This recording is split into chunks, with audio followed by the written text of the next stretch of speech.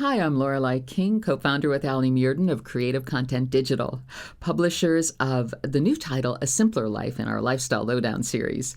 And I'm really happy to have Lucy Macara, one of the authors, with me. The book was written with Annabelle Shaw as well, your writing partner. Lucy is an author who specializes in self-help books and has also written a novel. And we're really pleased to have you here with us today. Hi, Lucy. Hi, I'm Lorelei.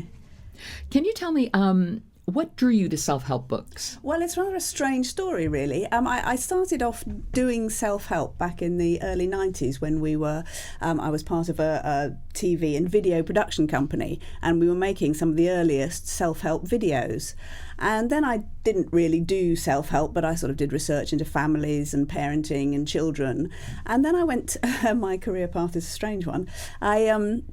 I started writing novels a few years ago, and my next project for a novel was going to be about women who used self-help books, and there was going to be a group of women who used different self-help books, and all with the aim of making their lives happy and wonderful. But as I was doing the research by reading all these self-help books, I thought there's really a gap in the market for something that I would like to read in terms of self-help, which would be simple, sensible, but with sort of scientifically supported evidence to tell me, so it wouldn't be all too sort of woo-woo kind of stuff, but serious self-help, but was really practical and easy to follow and really hit the spot.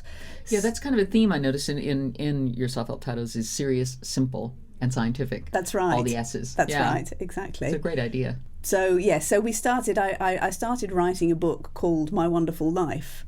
And then I met Annabelle, who is a social psychologist and who provided all the scientific side that I personally didn't have in my background. And that was wonderful. So it was just a perfect sort of meeting of minds. And we started writing that.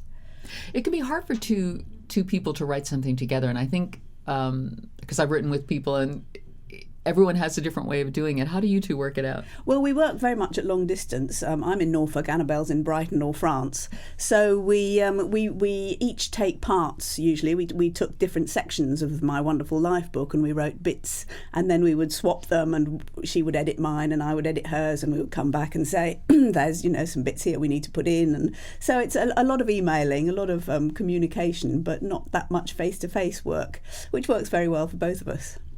You mentioned you were working, making these videos and such. Was that in this country or? It was in this country. Yes, that was. You're from somewhere else? No, I'm not. But I'd spent my 20s basically in Australia. So I started in television, working in television on screen then in Australia, and I was a journalist and a theatre critic and a writer of various kinds at that point.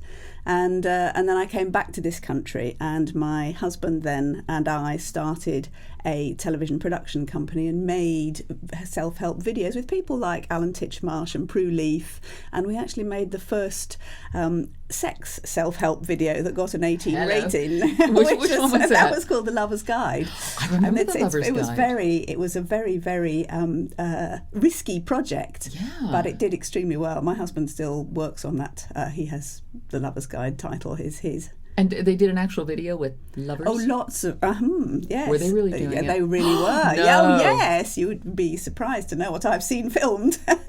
Yes, that was the whole point of it. It was explicit and very difficult to hire people to do it, surprisingly enough. I'm just kind of fascinated by this. Were there a couple? Yes, we insisted on having real couples. Yeah. Absolutely, yeah. They were not. It was not a tacky film. It wasn't put together.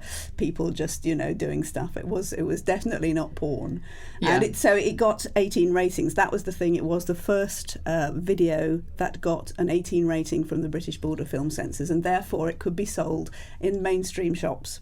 Mainstream as opposed to the little... Yes, the little blue movie shops. Yes. Wow, that's really interesting. I do remember the book. Did he have a beard? Or that was The Joy of Sex? That was The Joy of Sex, yes. Wow. Yes. Was that kind of accidental, the TV company thing, or...